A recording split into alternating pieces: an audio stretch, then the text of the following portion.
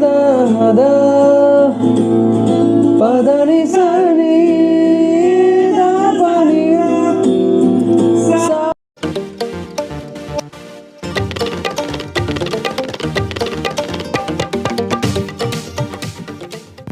Hello guys, नमस्कार और एक वीडियो में स्वागत है।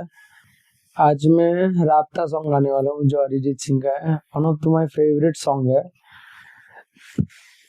उसका जो सरगम था जो बहुत वायरल हुआ, तो वही ट्राई करना चाहूँगा। तो लाइक शेयर एंड सब्सक्राइब करिएगा आपको अच्छा लगे तो। અરિજીત સિંઘે રિટાયરમેન્ટ લઈ લીધી છે, તમને ખબર છે। ડિપ્રેસ તો હું બી છું કે ભાઈ શું થઈ ગયું અચાનક।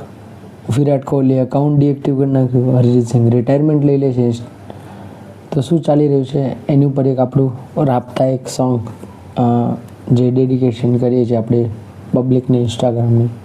લવ યુ ઓલ, પ્લે કરીએ સર।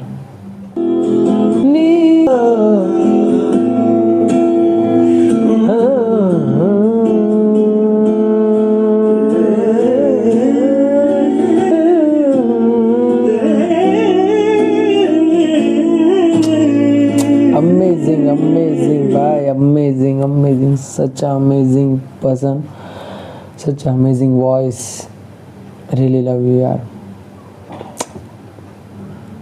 રિટાયરમેન્ટ લઈ લીધી છે જેમને હમણાં આપણે રાબ્તા સોંગ બી સાંભળ્યું તમે, બરાબર। તો આની ઉપર એક રિએક્શન કેવું છે કે ઘણા બધા સિંગર્સ, ઘણા બધા જે પોલિટિશિયન કે ઘણા બધા સેલિબ્રિટી, કોઈ બી વસ્તુ બધા રિએક્ટ આપે છે। આમિર ખાન પોતે એમના ઘરે છે અરિજીત સિંહના, તો આમાં એક તરફથી ઘણા ખુશ થાય છે। તો એ કોણ છે? એ જેમ કે સિંગર છે, ન્યૂ કમર સિંગર છે, કારણ કે ભાઈ અમારો વારો આવશે એવા બી છે। અને ઘણા સિંગર્સ તો કઈ કમેન્ટ જ નથી કરી કે એ લોકોને ભાઈ ધંધો ચાલશે એ બને। પણ એકચ્યુઅલમાં અરિજીત સરે જે રિટાયરમેન્ટ લીધી છે એ પ્લેબેક સિંગિંગ એટલે ફિલ્મ ઇન્ડસ્ટ્રીથી કંટાળી ગયા છે। એને પ્લેબેક સિંગિંગ નથી કરવું સાહેબ। એમને જે ન્યૂ કમર્સ, ન્યૂ અવાજ, હજી કંઈક નવું એ છે ને સાહેબ, એમના તમે ઇન્ટરવ્યુ જોશો કે એમના વિડીયોઝ જોશો તો તમને ખ્યાલ પડશે એમને શું જોઈએ છે। એ તલાશ કરે છે, 7 સૂર તો છે, 8મા સૂરની તલાશ કરે છે। હવે 8મો સૂર ક્યાં છે, કેમ છે, તો અરિજીત સર જ જાણે છે। પણ એ નવા બધાને મોકો આપે છે, આપતા રહેશે। અને આઈ થિંક એ પ્લેબેક એમને છોડ્યું છે તો એનો રીઝન એ નથી કે એમને ગાવાનું છોડી દીધું છે। ઘણું બધું આગળ છે એક્સપ્લોર કરવાનું। 38ની ઉંમરમાં એ રિટાયરમેન્ટ લઈ લે છે તો કે ઘરે તો બેસશે નહીં, કંઈક નવું શોધખોળ કરશે, કંઈક નવું ગોતશે। કાંઈક મ્યુઝિક ઇન્ડસ્ટ્રીમાં મ્યુઝિકના એક શું છે, માસ્ટર થવું છે એમને, માસ્ટર ઓફ ઓલ મ્યુઝિશિયન્સ।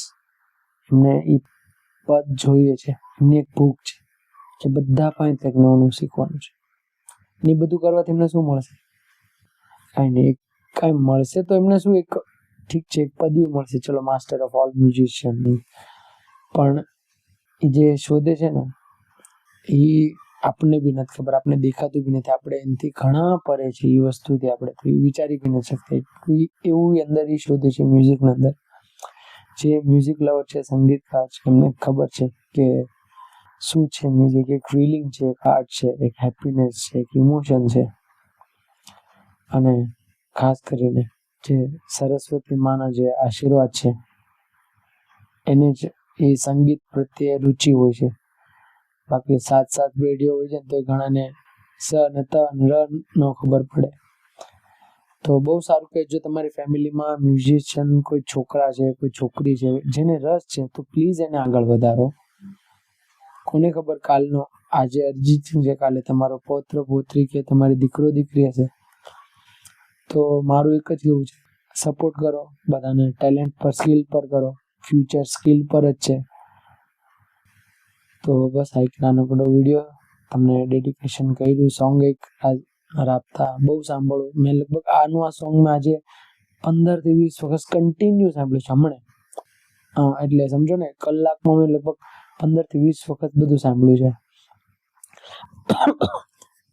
અને આ સરગમ તો ખાસ, તો તમે બી સાંભળો અને રિલેક્સ થાઓ, ઇમોશનલી, મેન્ટલી, બધી રીતના, બધી જવાબદારીથી 5 મિનિટ મુક્ત થઈને કોઈ બી ગીત સાંભળો, ભજન કરો, કાંઈ બી કરો, પણ રિલેક્સ થાવ. એટલા મોટા સિંગર બી રિટાયરમેન્ટ લઈ લે છે, બી કંટાળીને એમ જ થયું કે એને રિલેક્શન જોઈએ છે. એમના જે મેસેજ હતો એમને એ જ કીધું કે ભાઈ અભી થોડા बैक ऑफ होना चाहता हूँ मैं, प्लेबैक सिंगिंग अभी छोड़ना चाहता हूँ. मैसेज એવો જ હતો. તો શા માટે? તો એટલા માટે કહું લાઈફમાં રિલેક્સ બી લો, કે બહુ વધારે બી નહીં કે પછી રિલેક્સની પાછળ આખી લાઈફ આખી રિલેક્સ મોડ પર ઓન થઈ જાય. ઠીક છે. વિડીયો ગમે લાઈક, શેર અને સબસ્ક્રાઈબ જરૂર કરજો, અને આવનારા નવા વિડીયોમાં તમને કંઈક નવું નવું બતાવવાનો પ્રયાસ કરીશ, તો ફોલો કરી લેજો પેજને. And thank you so much for watching my video. Love you all.